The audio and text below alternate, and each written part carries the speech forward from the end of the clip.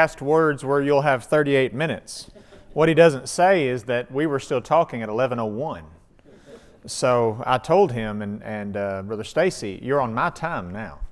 So we need to wrap this conversation up. Thank you so much for allowing me to be here. I appreciate Brother Clark and the School of Preaching, the eldership at Forest Hill for having me back. I still count this as among the greatest times of my life, the 2 years that I was here.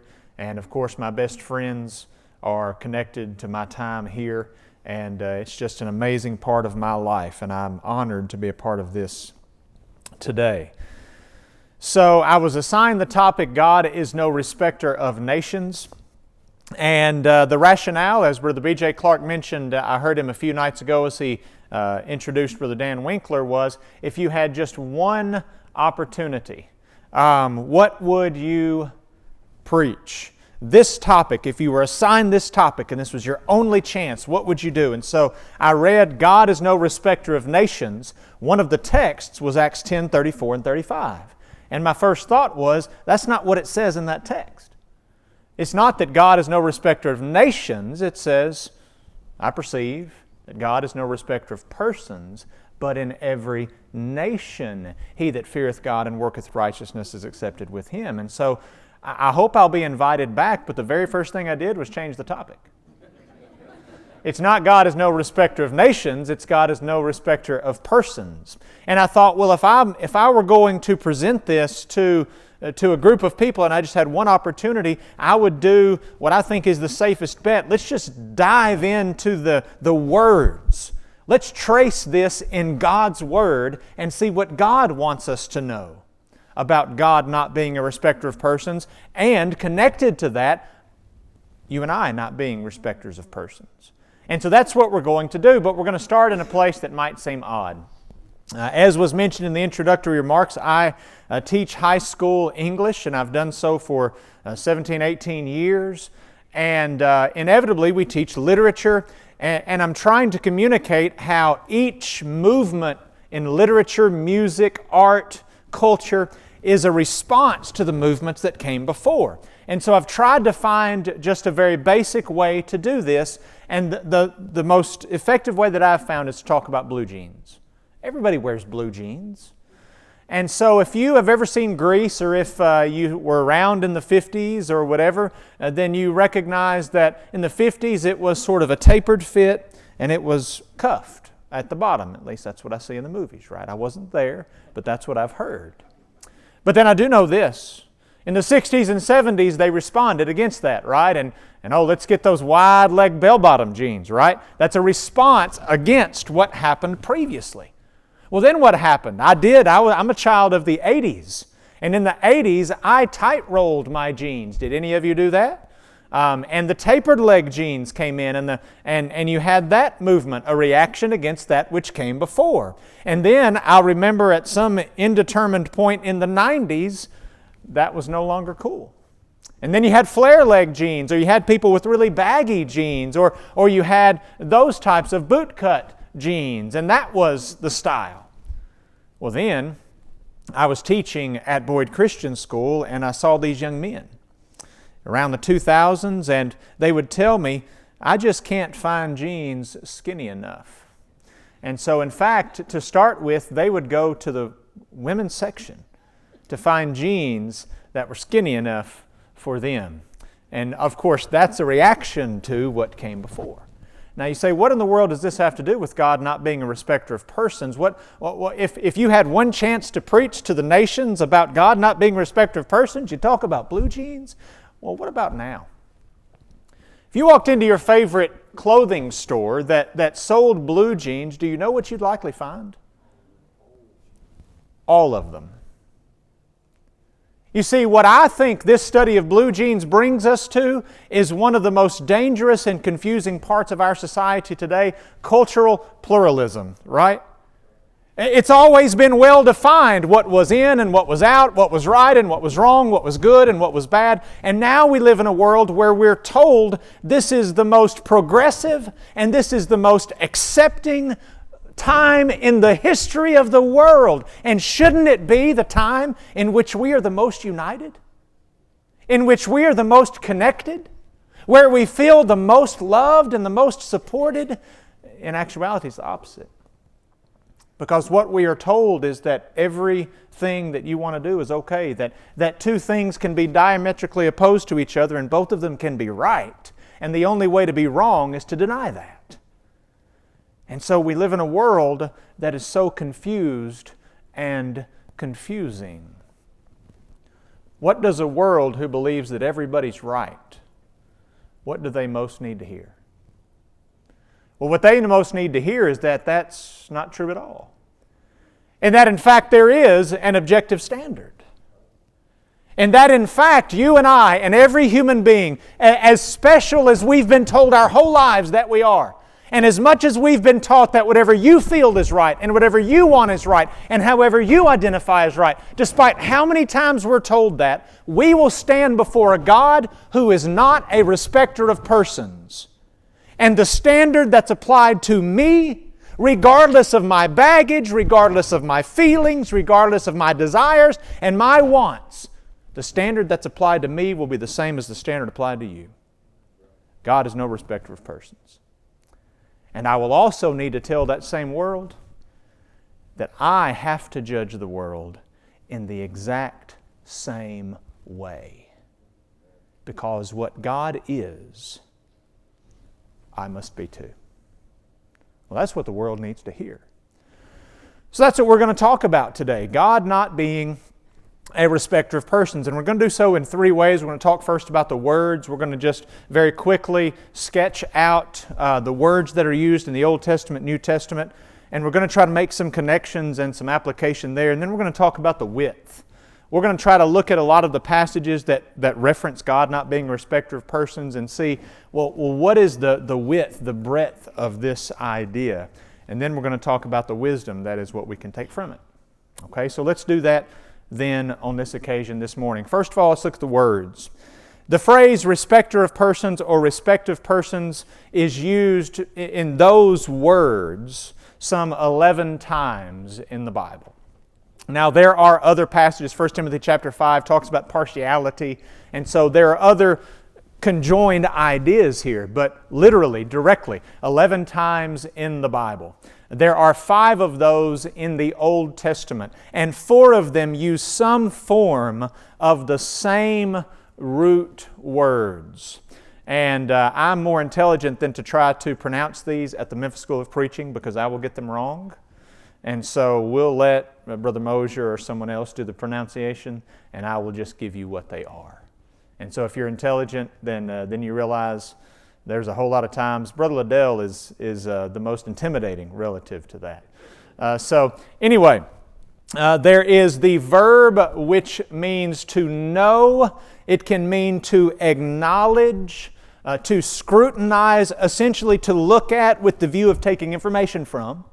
Okay, and it's connected with a noun that means the face.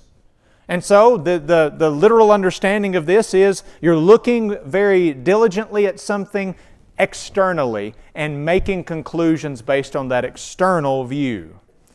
There is one instance of a word that's very similar to that, which has a compound construction as well, but the word that's connected to the word for the face means to lift. And so in that instance, the word picture is you're lifting someone up, scrutinizing them externally, looking at the face in an effort to make a determination.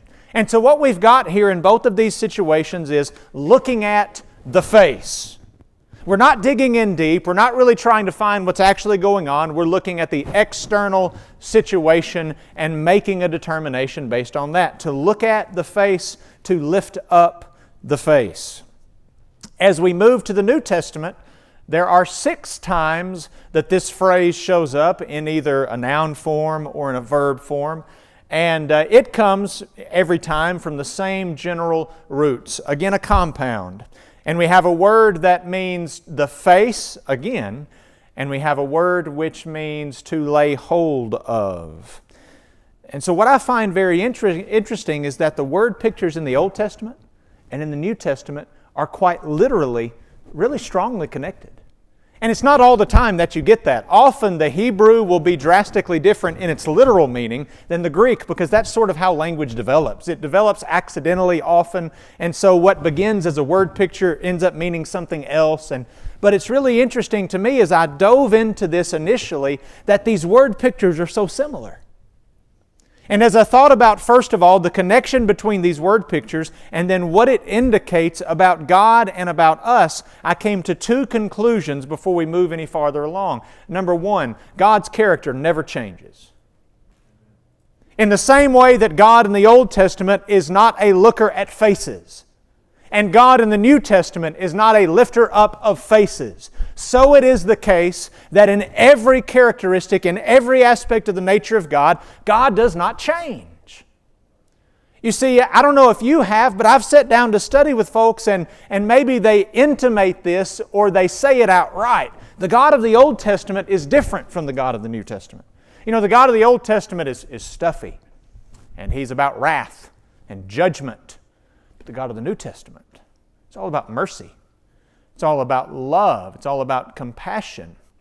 And one of the hurdles that we need to fight through is that viewpoint.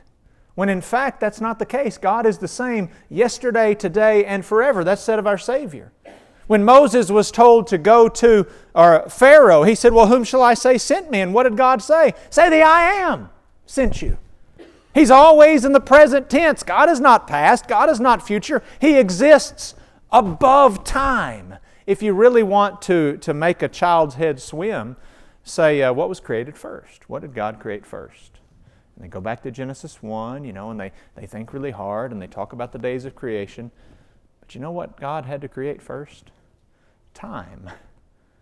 In the beginning, there was a beginning, right? God started the clock. There was no time before that. And with God, there is no time. God never changes. In Romans chapter 11 and verse 22, behold the goodness and the severity of God. And what's interesting, the context of Romans 11 is God's grand scheme of grafting the Gentiles in. So Paul pulls back the camera and he gives us this broad view, and he says, do you know the God of that broad view? Goodness and severity. And that never changes. The God of love of the New Testament is the God of love of the Old Testament. We just a few lessons ago heard a lesson on the greatest command rooted in Old Testament. You see, the God of love is the God of judgment. The God of wrath is the God of mercy. And it doesn't change. The same God who is not a respecter of persons in the old is not a respecter of persons in the new. And that's true of every character you ever find about God. Number two, God's character demands that we model our character after His. Why are we to be no respecter of persons? Because God is no respecter of persons.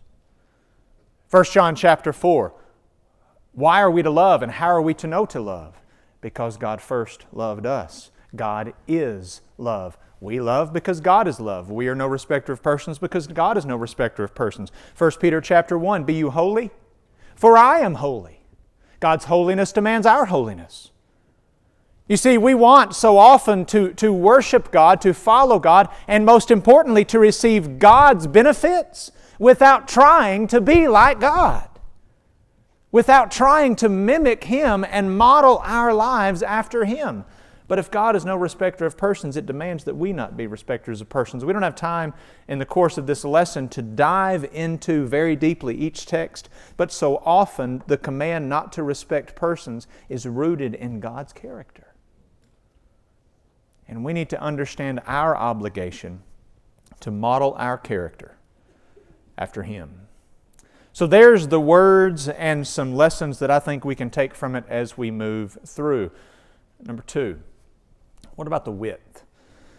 And by that I mean, how broad is this and what characteristics do we need to hold on to as we really take a deep study into God not being a respecter of persons, you and I not being respecters of persons? Well, I think we see it first as we go to Deuteronomy chapter 1 in respect to power. In Deuteronomy chapter 1, it's really interesting. In verse 17, God says through Moses, "You shall not respect persons in judgment, but you shall hear the small as well as the great. You shall not be afraid of the face of man."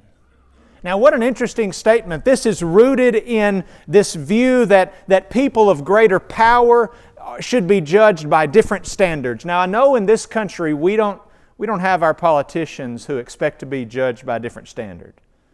It doesn't happen here, it happens elsewhere. But it certainly doesn't happen here. You and I understand that's not the case.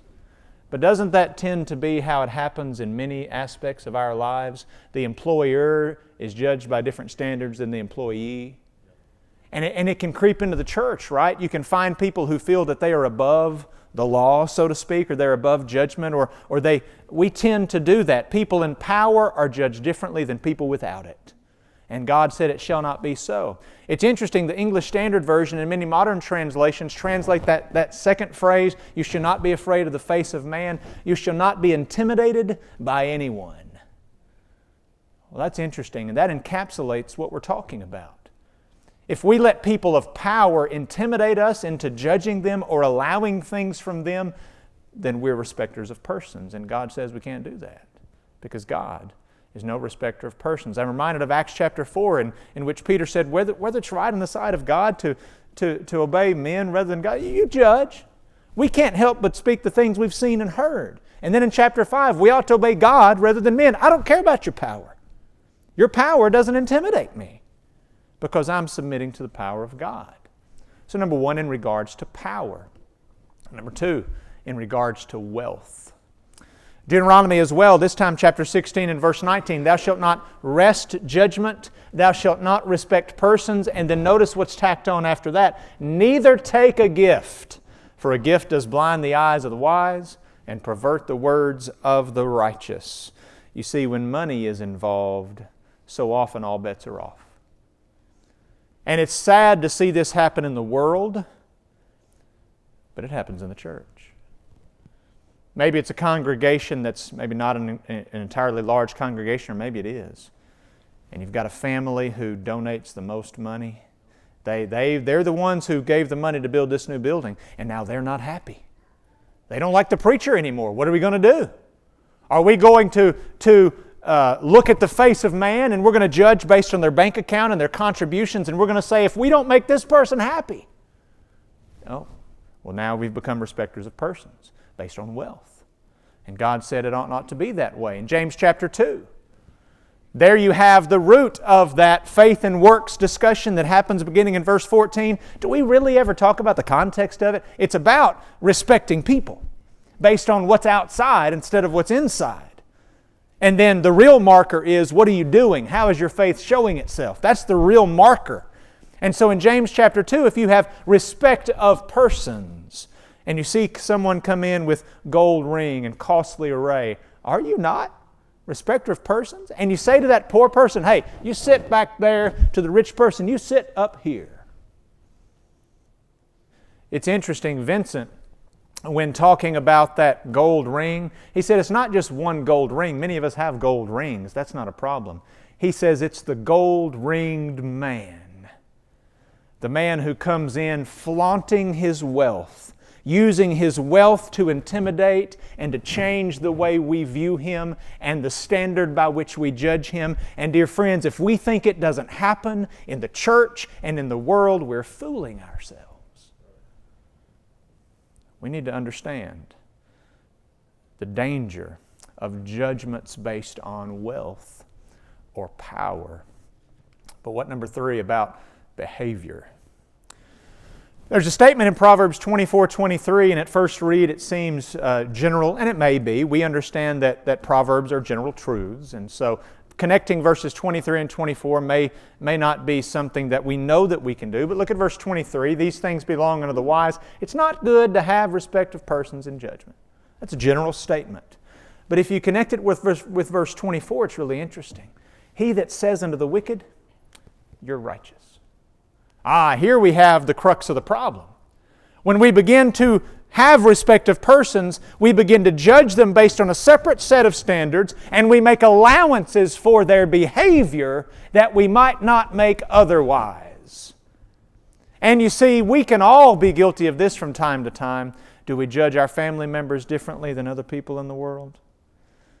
A large portion of the false doctrines that have crept into the church happen because somebody's loved one was wrapped up in sin, and we want to make allowances for it. And I understand that emotion. I don't condone that behavior. But you see, we have a tendency to be respecters of persons. You mamas. Little Johnny comes home from school. He says, I got in trouble for such and such. Some of you mamas say, oh, not my little Johnny. And we want to go home, we want to go to the school, and we want to say, I can't imagine that my little Johnny would do that. I understand mama bears and sometimes daddy bears, who think that maybe their children, they're not guilty of the things other children are. You see, when we become respecters of persons, then we start to allow behavior. We start to excuse behavior. And we hear it, we see it, and if we're not careful, we do it based on whatever standard that we might present. But God says we don't need to be respecters of persons in regards to how we excuse or allow behavior. Number 4, in regards to social status. Servants, Colossians 3:22, be obedient to your masters according to the flesh, not with eye service as men pleasers, he goes on to say, but with singleness of heart. Do it sincerely. You've got the master-servant relationship. Now make no mistake, servants in the first century, slaves. Likely there because of financial hardships. That's the large portion of slaves in the first century would have been conscripted because of their financial situation, right? And so they're there, and what do you think they feel about those people who are over them because of their own financial hardships? Well, all we have to do is turn on the news. Oh, there's a Tesla that just got burned. Why? Did that person who burned the Tesla have some personal problem with the individual, some direct... No. It's about the oppressors, right? It's about the wealthy. It's about... And we have this view that whatever we do to the wealthy is okay, right? We're going to judge them by a different standard. Or conversely, the wealthy might say whatever we do to the poor is okay. Social status dictates that I can treat people in certain ways. And I mean, you turn on the news and it doesn't matter where you go, but it's, well, we don't care what happens to them because they're in a certain class, because they drive a certain car, because they're from a certain sector of society. And therefore, whatever happens to them is okay. It's allowable, not according to God. You see, when I stand before God, His first question is not going to be, what do you drive? What neighborhood did you come from? What color are you? What race are you? What ethnicity are you? And we'll get to that more in just a moment. But you see, if we judge based on God's standard, it's going to look so much different. We don't judge based on social status. You see, and Paul goes on to say there is no respect of persons in regard to master-servant social status. Number 5, what about in regards to nationality? You say, well, that's an old, antiquated idea, isn't it? We don't do that anymore. Well, I don't know about that. It brings us to our text. I perceive that God is no respecter of persons, but in every nation, that word nation there, ethnos, race, in every race of people, he that feareth God and worketh righteousness is accepted with Him. I stand with Israel. I stand with Palestine. Support the Ukraine. Russia. So politically charged our world is today. This world of cultural pluralism is so divided when it ought to be so united. And the world loves to divide us based on who we're rooting for. It's almost like sports.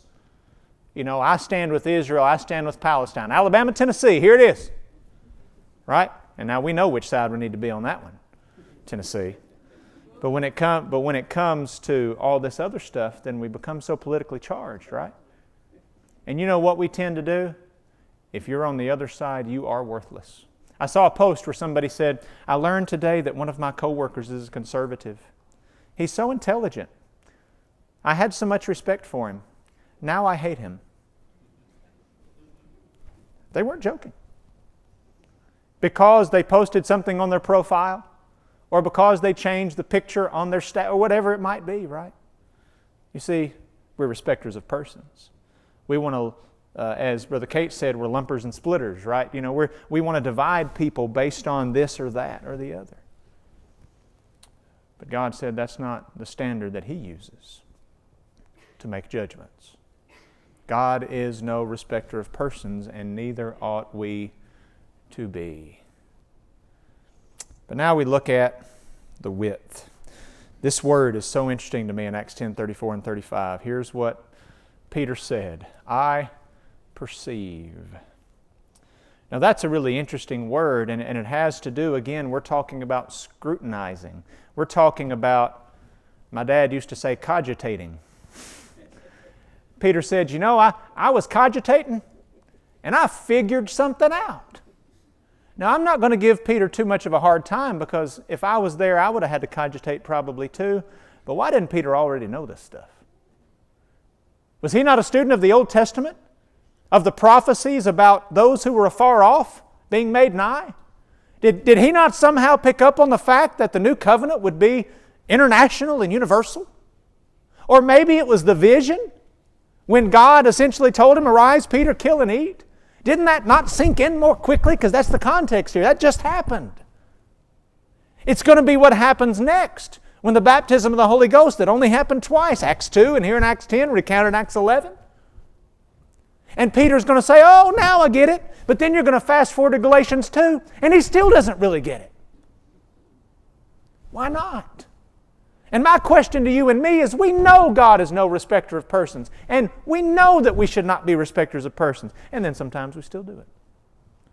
Our favorite groups, our favorite people, our favorite situations are judged differently than everyone else.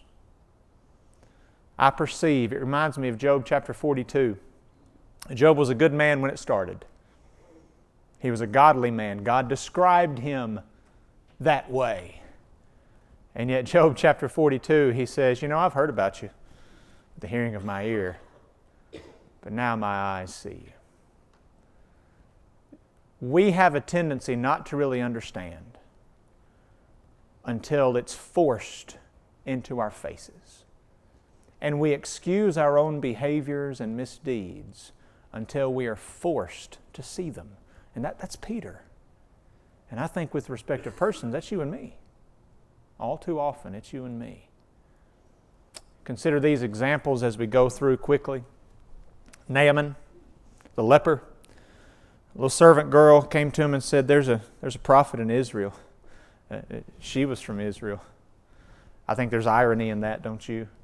Naaman, you're somebody special. And this little nobody is going to tell you what you need to do. Well, don't we see the social status issue coming in there? And then she said, hey, when he went to the prophet didn't come out, but he said, hey, dip in the river Jordan 7 times. He's like, that dirty river.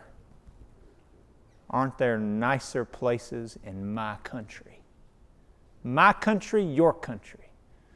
We're talking about his life. He's going to die from leprosy, and he's overcome with respect of persons. I think that's so outstanding and outrageous to consider. What about Nebuchadnezzar, who was made to eat grass as an ox? Why? Because he was drunk on his own power.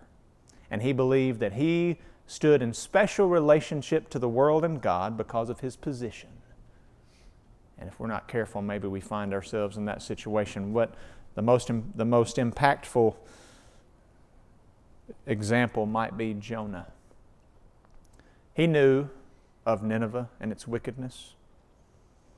And he also knew of God's mercy and grace. And Jonah didn't want God's mercy and grace in Nineveh. Okay, think about that. Right now, can you conjure in your mind a people that you don't want God's mercy to touch? A people whom you hate so much that you would refuse God's grace to them?